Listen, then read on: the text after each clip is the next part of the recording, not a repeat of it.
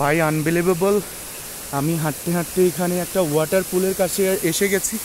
আমি বুঝতে পারিনি যে এখানে এত বড় একটা ওয়াটার পুল আছে। ও মাই গড, জাস্ট লুকিং জোস।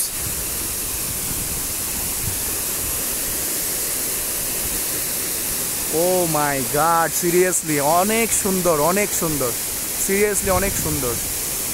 যদিও মেঘের কারণে আপনাদেরকে আমি দেখাতে পারছি না, তবে এটা অনেক সুন্দর একটা জায়গা।